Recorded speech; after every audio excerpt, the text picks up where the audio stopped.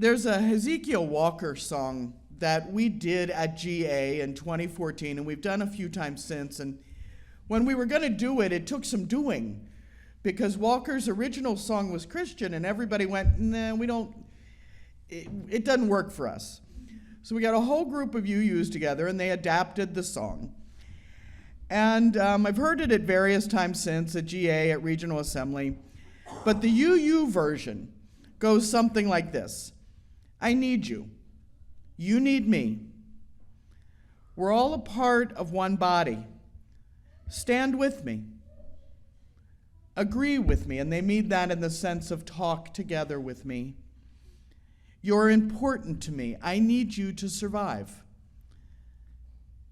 I pray for you. You pray for me. I love you. I need you to survive. I won't harm you with the words from my mouth. I love you. I need you to survive. You're important to me. I need you to survive.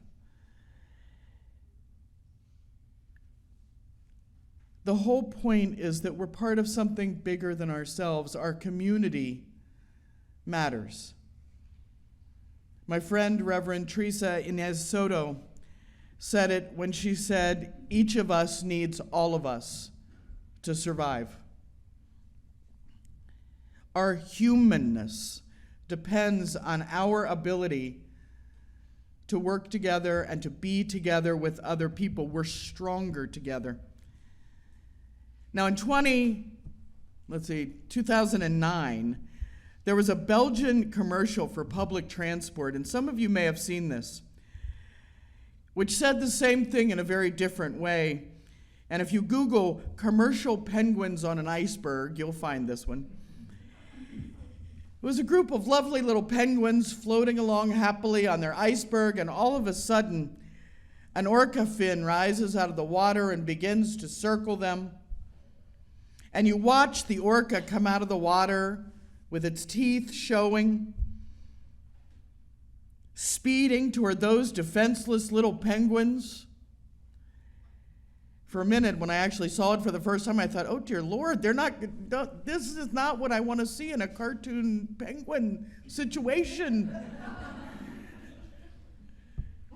But one of the birds gets an idea, and he pokes the little bird next to him, and all of a sudden, you see an entire iceberg of cartoon penguins go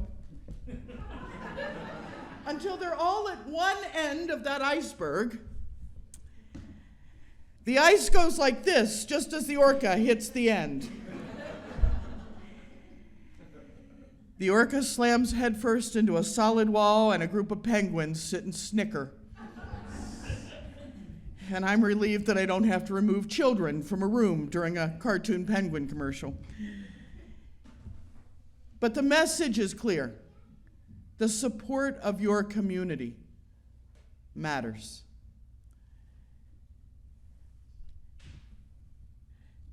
When I was here for candidating week, I mentioned in 2 sentences as part of another sermon a little statistic from U.S. News and World Report from December of 2018. They said when they did a neuroscience study of Americans, 3 out of 4 people in an average adult population said they were lonely. And I kept thinking about that after I found that stat. I thought, how in the heck are people lonely? So many people are connected to so many things.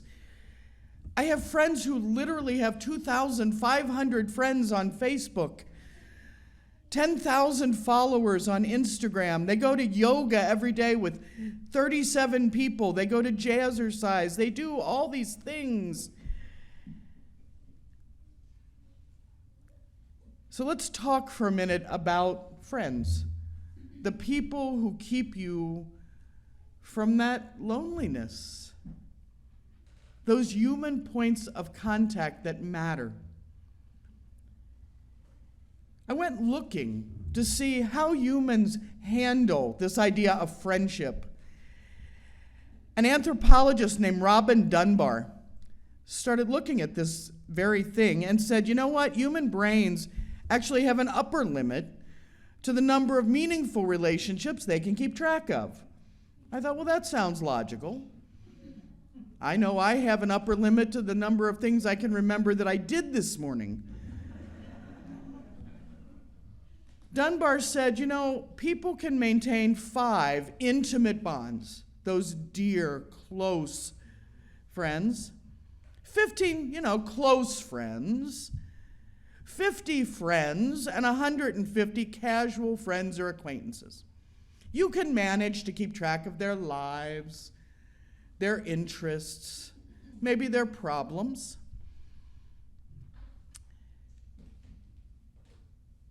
The Telegraph looked at a survey by Napton which supports Dunbar's theory. Average Facebook user has 155 friends, considers 43 of them to be real friends, and would only trust 4 of them in a crisis. Yeah, that's not what I wanted to hear. I thought, so how many friends? We're saying we're lonely. We've got all these friends. Well, how does this work? Gallup looked at it. They said Americans have an average of 8 or 9 friends. 8 or 9. 2% have no close friends at all. None. 14% have 1 or 2 close friends. 39 have 3 to 5, 18% have 6 to 9, 27% have 10 or more. Okay. Most people have a friend or 2, except 3 out of 4 still say they're lonely. So what's a friend? John Churton Collins says, in prosperity, our friends know us. In adversity, we know our friends.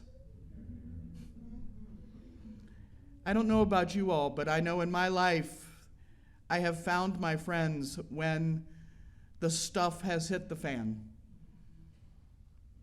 My friends are the ones there with a shovel and a washcloth for my face. Samuel Rodenheiser wrote, adversity reveals your true friends in a way that prosperity never can. He said, suppose you want to test the quality of your umbrella. Would you test it when the sun's shining? If you wanted to assess whether a company stood behind its product, would you try to assess it before or after the product broke? He said, I've learned that friendship isn't about who you've known the longest. It's about who never leaves your side.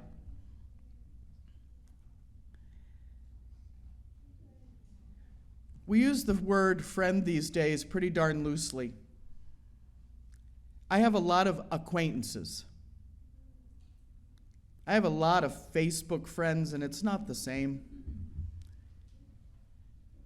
Friends aren't just the people you have over for a grill out, or the online folks that you share memes and funny stories, or the person at work who remembers that they shouldn't throw their banana peel in your garbage can.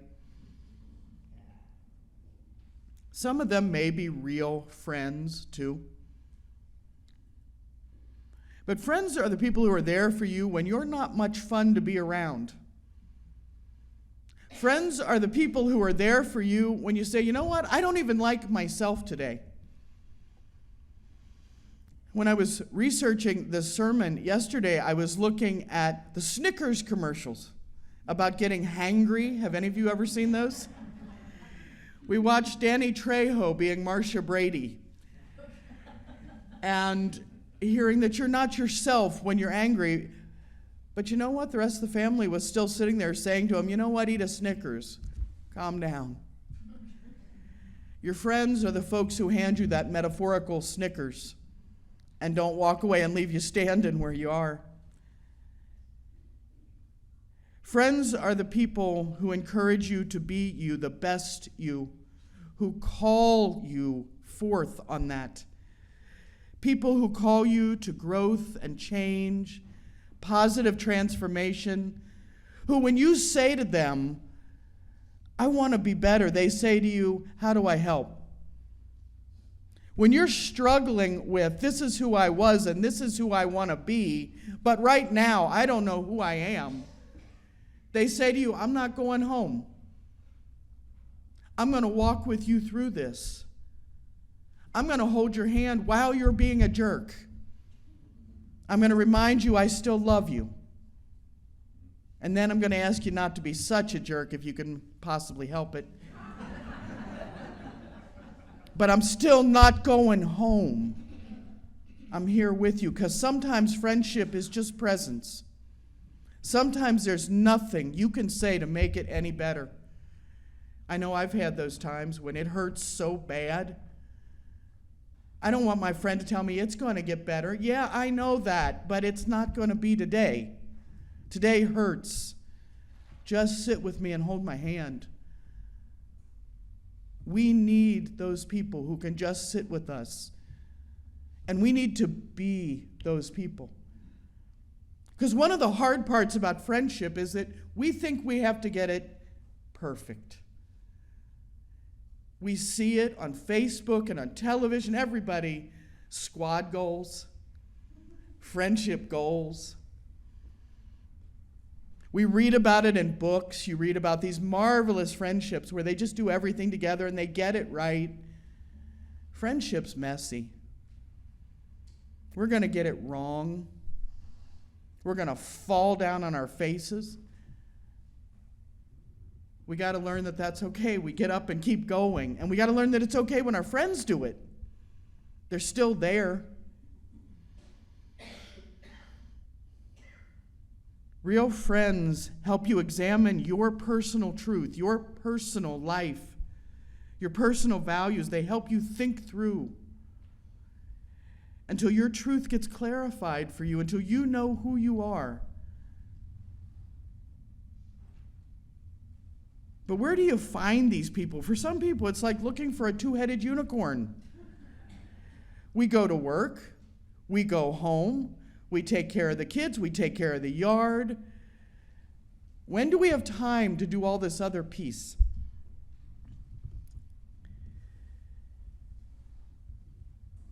And all the things we see out there in our media.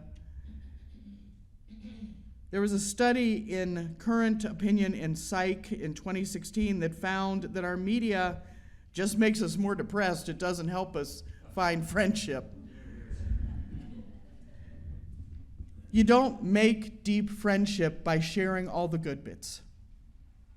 Sharing the good bits is nice, but people are drawn together with friends not by gratitude for amazing abundance, but by moments of grace and connection in the face of adversity. People are drawn together by gratitude in spite of the circumstances, not gratitude for expected awesomeness. We share a deep human bond when we share the broken parts too. And that's the part that our whole culture tells us to keep to ourselves. Anne Lamott said it really well when she talks about sharing the scars and the pain and feeling comfortable with somebody else because they're just like you. They're not perfect either. We bond in the presence of beauty in the midst of gritty reality. And when I was thinking about this, I thought about the boats in New York Harbor on 9/11. And I don't know how many of you were watching television that day, but people from all over this country wept and cheered together as fishermen and ferry drivers and private yachtsmen and people who owned 16-foot pleasure boats, they came back and forth to those docks in New York over and over and over without pay, without charging anyone, without thought of reimbursement. They did it without coordination in advance. They did it with no one telling them to. And I saw an interview with one fisherman who had ferried people in his boat for 9 hours without pause. And he was totally shocked that someone had asked him why he did it. And in this heavy Bronx accent, he said, I'm so glad I can do this here. I just knew I had to come. Human connection. Reaching out just to be there for one another. Making meaning in life by holding another human close when they're in pain. If we want to be a friend, if we want deep human connection, trust the people you like with your own imperfection. Let them see you. Look at them and don't look away. Be there for them in their own imperfection. Bring your authentic self to the table, not to wallow in misery, but to share the reality of who you are. Warts and scars and bent bits, bad habits. I eat Snickers for breakfast, and I'm proud of it. Bring your joy and your pain and be there for your friends in return. Be human for your friend. We can seek out responsible human connection, even if it's not something we've ever done well before. Life is a journey, and you don't have to be great at traveling, but in the words of that fisherman, you just gotta come. Bring your friends and come along for the journey. May it be so.